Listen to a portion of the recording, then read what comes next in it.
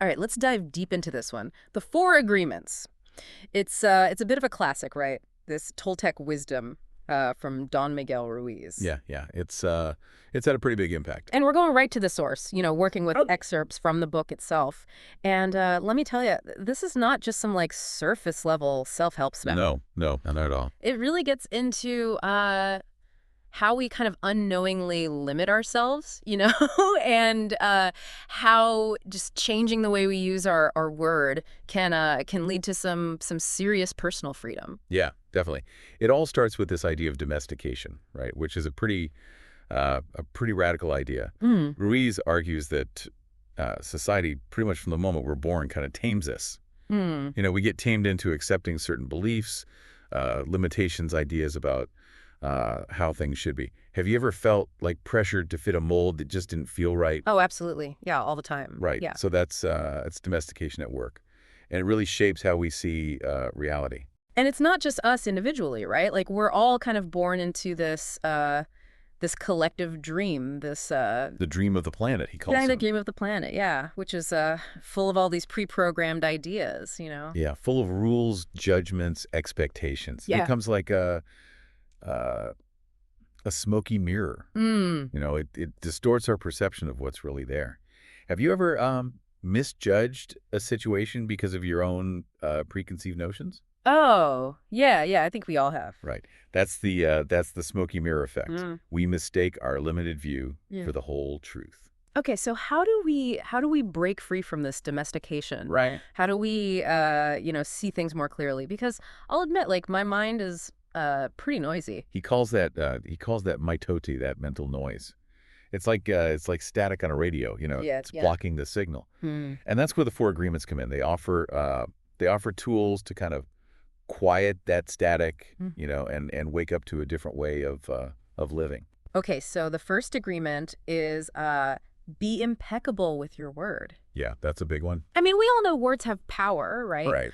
But Ruiz really takes it to another level, like comparing them to magic, Mhm. creating and destroying. Words can cast spells, definitely. So, I mean, is it even possible to be impeccable with our words all the time? Well, it's not about perfection, right? It's Yeah. more about awareness.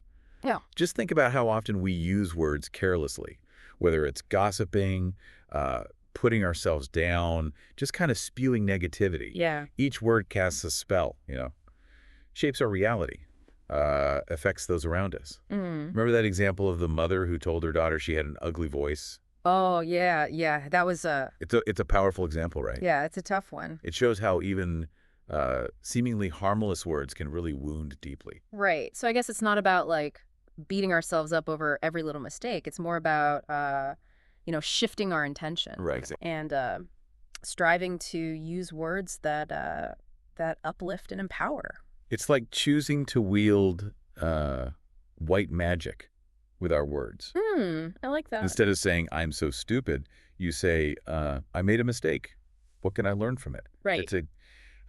It changes your whole approach. Okay, that makes sense. So we're being mindful of the spells we're casting with our own words. Right. But what about when other people's words are directed at us? Yeah. That's where things get tricky, especially in, a world full of online drama and people trying to, push your buttons. Right. Well, that's where the second agreement comes in.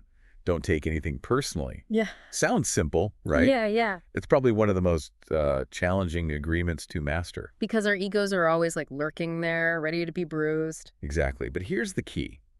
Other people's actions and opinions, they're a reflection of their own reality, their own fears, insecurities. It's not about you. So even when someone's being a total jerk, it's more about what's going on inside them than any personal attack on me. Exactly. Mm. Ruiz uses this great analogy. He says that when we take things personally, we're essentially eating emotional garbage. Okay. We're internalizing someone else's negativity Right. and letting it poison our own well-being.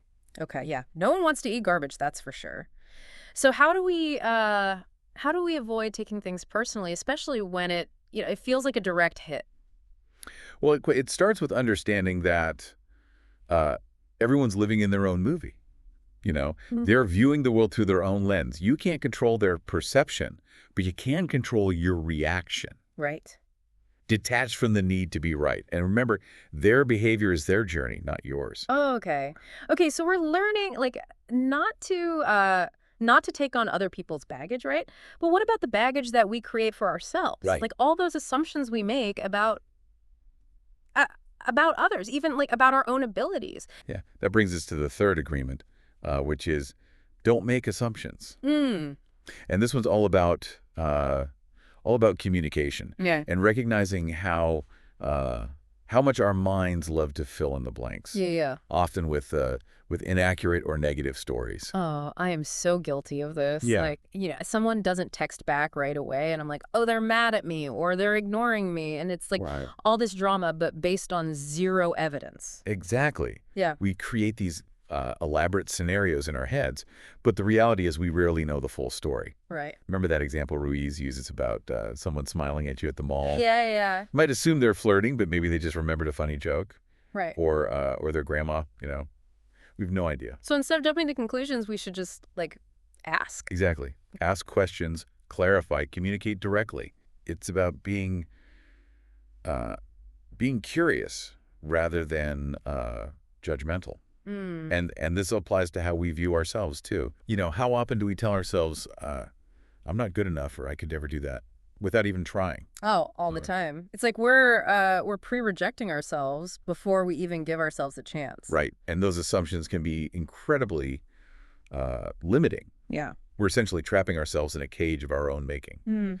So the third agreement is encouraging us to break free from that cage and embrace the unknown. So be curious, ask questions, and don't be afraid to step outside our comfort zones.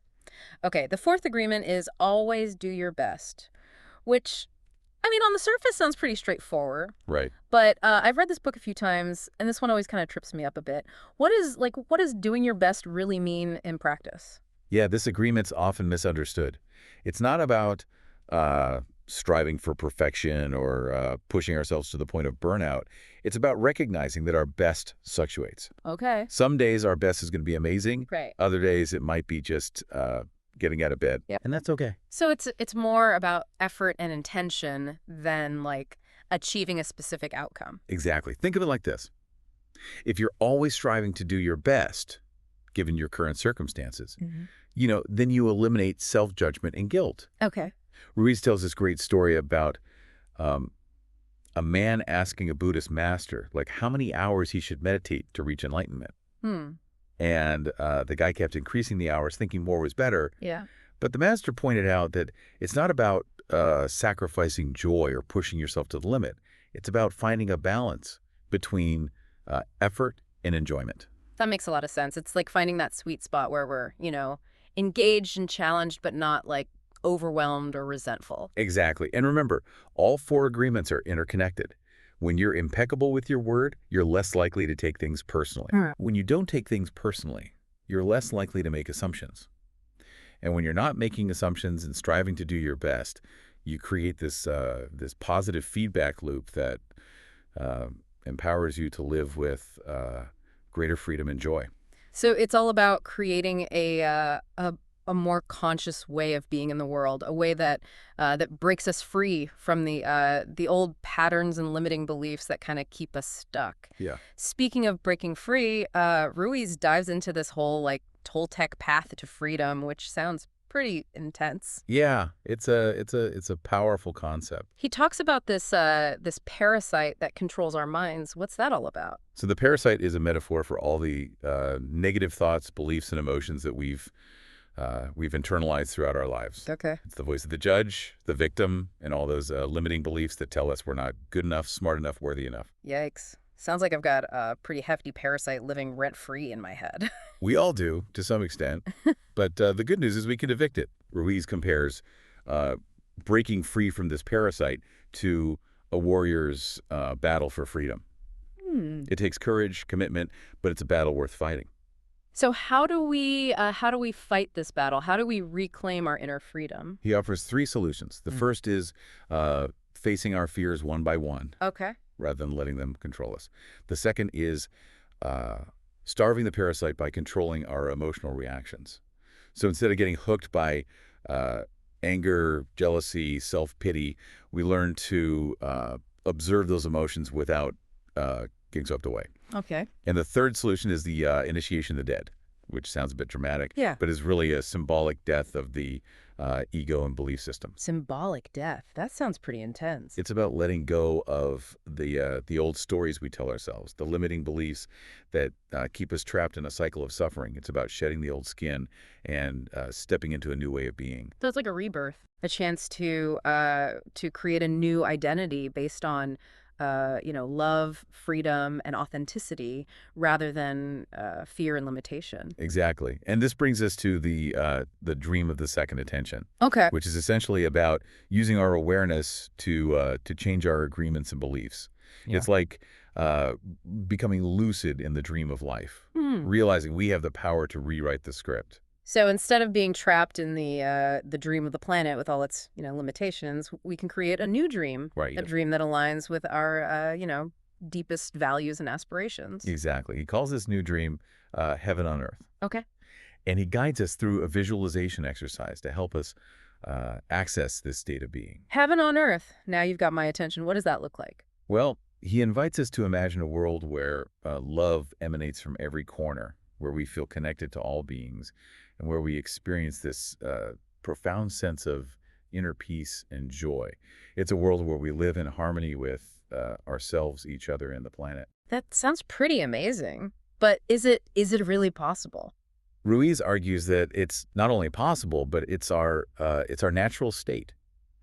He reminds us that this heaven on earth is not some distant utopia, but a state of being that we can access right here and now by changing our agreements. So it's about shifting our perception. Right. Choosing love over fear, forgiveness over resentment, authenticity over pretense. Exactly. It's about recognizing our own inherent worthiness and extending that same love and compassion to others. It's about seeing the world through the lens of love rather than the lens of fear. Yeah. I mean, that can feel like a tall order, especially when we're like bombarded with so much negativity in the world. It's a journey, not a destination. Right. And Ruiz offers practical tools to support that journey, Yeah.